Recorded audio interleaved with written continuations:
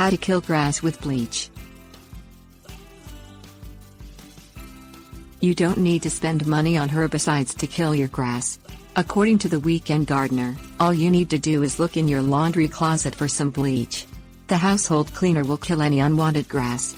Not only will bleach kill grass, but it will also kill weeds or anything else growing around the area that's being sprayed. According to this garden is illegal, bleach is an inexpensive way to get rid of just about anything growing outside.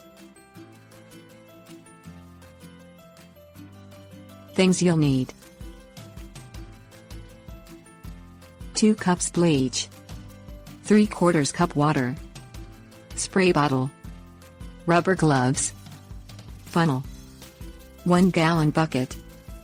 Put on a pair of rubber gloves and mix 2 cups of bleach with 3/4 cup of water in a 1 gallon bucket. Gently swirl the contents in the bucket to mix them. Remove the sprayer from the spray bottle and pour the bleach mixture into the bottle, using a funnel to avoid spills. According to this garden is illegal, fill the bottle 3/4 of the way to the top to avoid leakage. Screw the sprayer on tightly. Turn the spray bottle nozzle to a mist and coat the grass you want to kill with the bleach mixture. Avoid spraying surrounding plants. Watch the progress of the grass that was sprayed. Respray any area until the grass begins to die. The Weekend Gardener says the bleach mixture takes about 2 days to kill grass after application. Tips: warnings.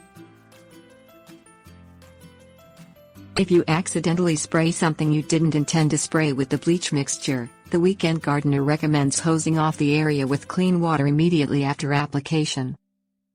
If you get bleach on your hands, wash with soap and water right away to avoid burning the skin.